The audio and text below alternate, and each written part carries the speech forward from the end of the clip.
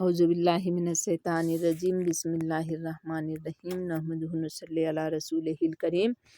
ہمارے رسول صلی اللہ علیہ وسلم کو 40 برس کی عمر میں جب اللہ نے رسول بنانا چاہا، اس سے پہلے آپ صلی اللہ علیہ وسلم کو اکیلے رہنا بہت پسند تھا۔ اللہ اکبر کئی روز کا کھانا لے لیتے اور مکے کے قریب ایک پہاڑ کے غار میں جس کا نام ہیرا تھا چلے جاتے اور اللہ کی باتوں پر غور کرتے۔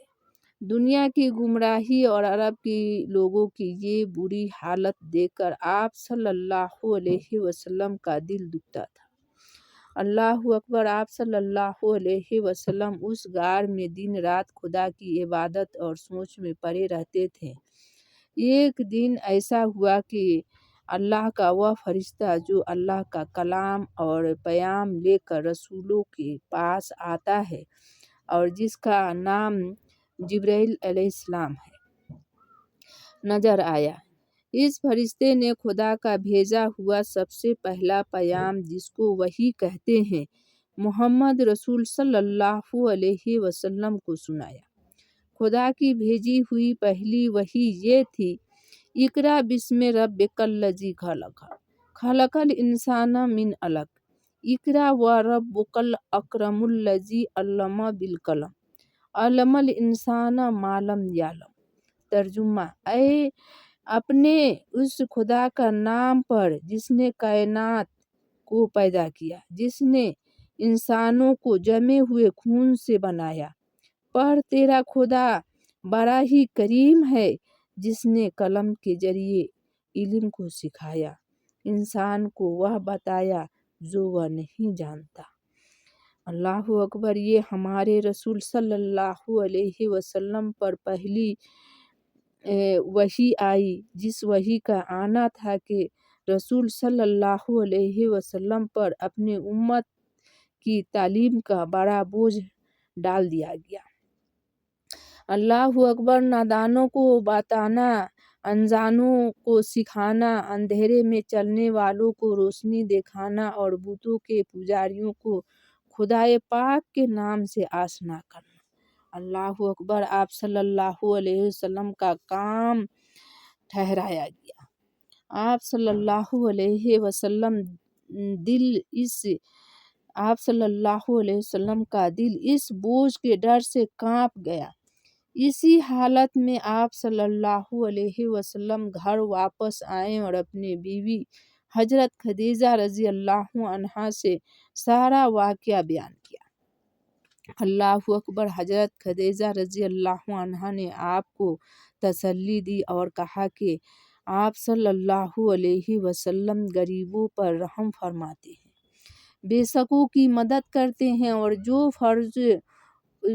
جو قرضوں کے بوجھ کے نیچے دبے ہیں ان کا بوجھ ہلکا کرتے ہیں۔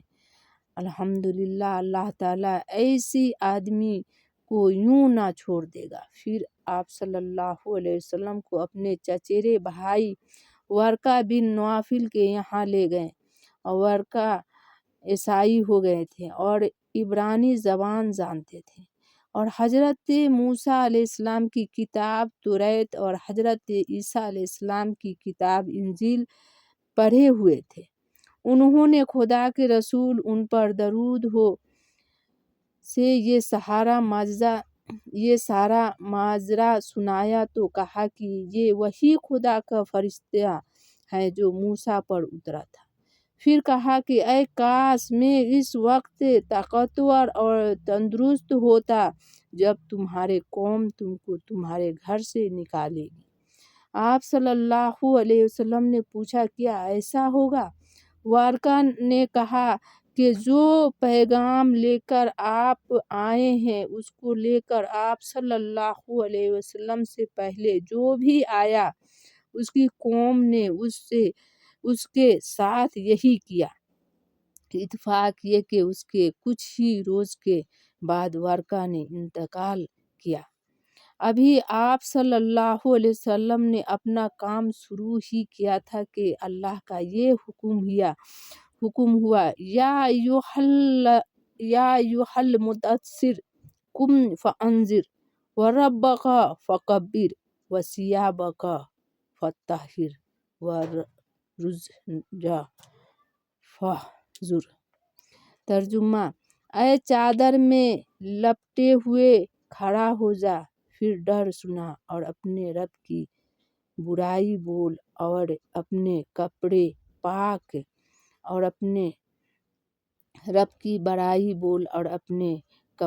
پاک رکھ اور گندگی کو چھوڑ دے۔ اس وحی کے آنے کے بعد آپ صلی اللہ علیہ وسلم پر فرض ہو گیا کہ خدا پر بھروسہ کر کے کھڑے ہو جائیں اور لوگوں کو خدا کی باتیں سنائیں، رب کی برائی بولیں اور ناپاکی اور گندگی کی باتوں سے بچیں اور بچائیں۔ اللہ